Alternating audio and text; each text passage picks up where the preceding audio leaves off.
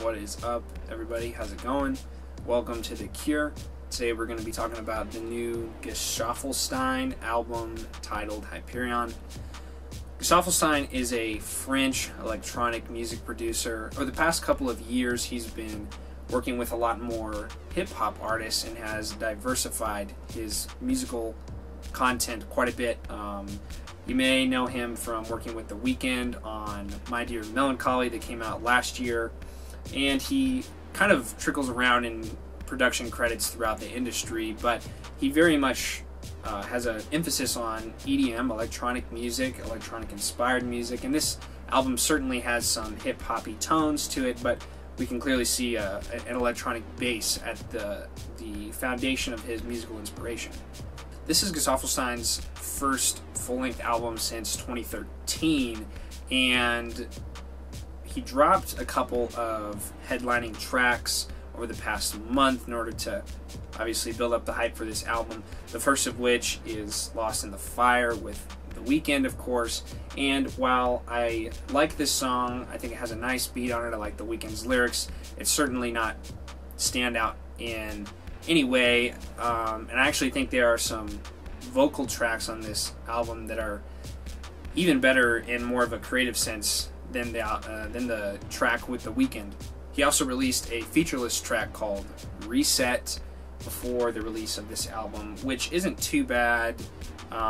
It's repetitive. It doesn't really have anything on it production-wise to write home about either, and it's definitely not one of my favorite songs on the album. I think he could have possibly chosen another to release beforehand, but generally speaking, I think the back half of this album really saves it. I think it's creative in nature, the production ramps up quite a bit, and there are a couple songs that really make me feel a certain way.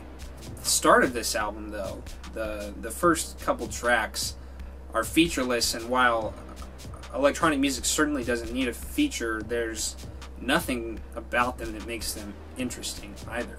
The title track, Hyperion, is just a bizarre way to open an album. It is a super stripped back, simple, obnoxious track that goes on for far too long and doesn't have near enough layers of variety to really do anything for the listener. As much as I try to go through this and appreciate the minimalism that was involved, I really don't know if I can. And then the next track is Reset, which parallels a lot of the unfortunate qualities of the previous song. While it is a little bit better, it has a little bit more variety to it, a little bit more legitimate musical content, it's still certainly not great. But on the back half of this album, we see no evidence of the first two tracks, and Gesaffelstein is creative with his production, even in portions that he wants to feel repetitive.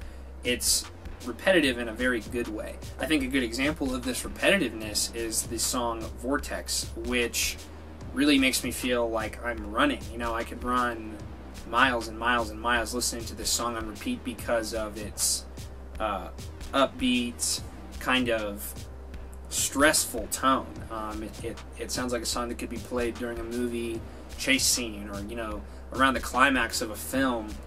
Really nice synth chords on this track, and then on the, you know, the chorus-like section where the drums come in, we have nice creative ambient sirens in the background, and a really well put together track that I think is a much better example than the first two tracks of how to create a repetitive electronic song, you know, that people can dance to or something like that. Whereas the first two tracks, I don't even think you can get away with like playing in a club. And while the closing track is also featureless and is incredible in production and organization and length, we're going to save that for last and talk about some of these feature tracks in here instead. There are 4 of them inside of this album, including Lost in the Fire with The Weeknd. One of my favorites is titled Blast Off with Pharrell on it, and I'm not sure if Pharrell was involved in the production or just his vocal feature, but either way, this is a really nice track. It's super groovy. Pharrell and the vocal harmonies he does over his own lyrics are really, really sweet to listen to. It sounds like something that he must have been involved with on the production side as well, because of the bass line on this thing, and just the typical vibe is very upbeat, which is something you get pretty often from something with Pharrell.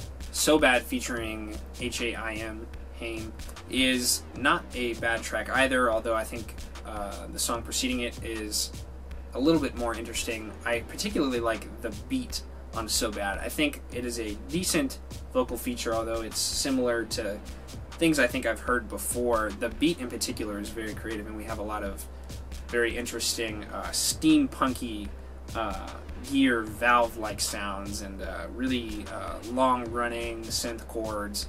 A beautiful song, certainly not very fast or upbeat, but I think there's good variety across this album as far as the types of tracks that Gesaffelstein puts together. So you certainly don't hear too much of the same thing, and this is particularly a good example of the sounds that you hear on the next track as well. So Bad kind of sounds like something Flume might have put together a few years ago. They might have been on his debut album or something like that.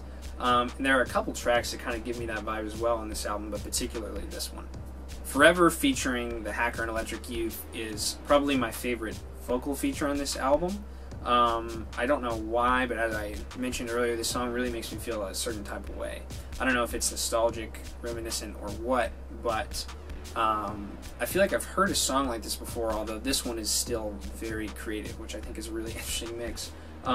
We get some more of those steampunky production sounds that we heard on the previous track, and I think they're applied even better on this song.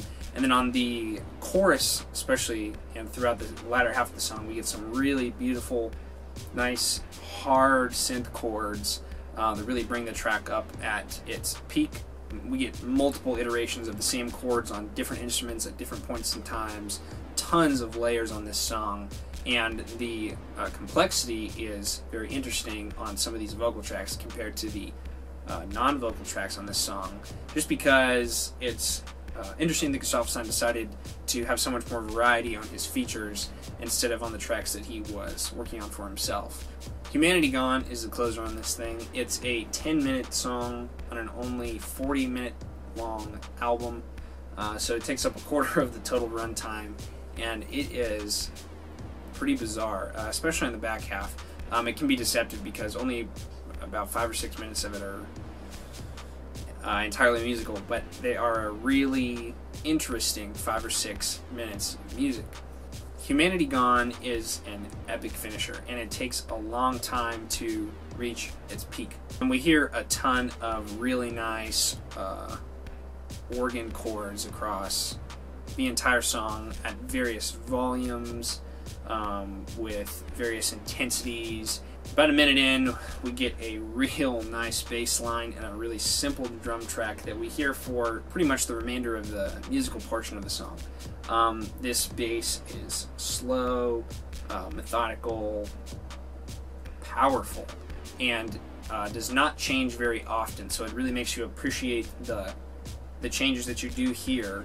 Around the 4-minute, 30-second mark, all of these sounds really come together at the peak of the track, and it's beautiful. It's certainly not a positive sounding song, but the only real way I can describe it is powerful. It makes you feel a certain way. And then around the 6.5-minute mark, this thing kind of tails off into what I can only describe as very ambient, maybe city-like sounds under a lot of different kinds of filters, and who knows what kinds of noises are built into the final portion of this song. But it's beautiful, and it ends the album in a very interesting way that makes the listener think quite a bit. So overall, I think this is a very interesting album from Gesaffelstein. It's been 6 years since he put something out, and this thing is only 40 minutes long. Parts of it are very minimalist, and then parts of it are very advanced. I don't think it starts very well, but the featured tracks and the production on the non-featured tracks near the back half of the album is really, really creative. I like a lot of the very unique sounds we hear on this thing. The way Gesaffelstein pairs different instruments together in very new sounding ways. You kind of have to go through this thing a couple of times to really appreciate some of the music that you hear, to pick out all of the layers on a song, but I think it's ultimately worth doing as long as you skip the first 2 tracks. My favorite tracks on this thing are probably Blast Off with Pharrell, Forever, track with the Hacker and Electric Youth. I think Vortex is probably the most well-produced, repetitive, minimalist track on the album. I think that's worth a listen, maybe while you're running. And Humanity Gone is beautiful. It's a really, really interesting way to end the album. There's obviously a lot of focus on it. It's super long. It's a bulk of the listening experience, and I think it's a really interesting way to make the listener think when they finish getting through this quick little album. And it will be interesting to see if Gesaffelstein is involved in The Weeknd's upcoming project, or what else he has been working on across such a long period of time. I'm sure he's obviously been staying busy besides creating content for an album or something like that. So thanks for watching, everybody. I hope you enjoyed this quick little review. We're going to try to be doing these weekly, I think, as new music comes out, or as music from the past comes back into my head that I think I want to talk about. And I really hope you guys are enjoying them. Please subscribe if you enjoy these types of videos. I like to be quick, concise, and really put my real thoughts out there, and hopefully recommend what you should give a listen and what you shouldn't. Either way, thanks for watching. Gesaffelstein, Hyperion, let's say 7 out of 10.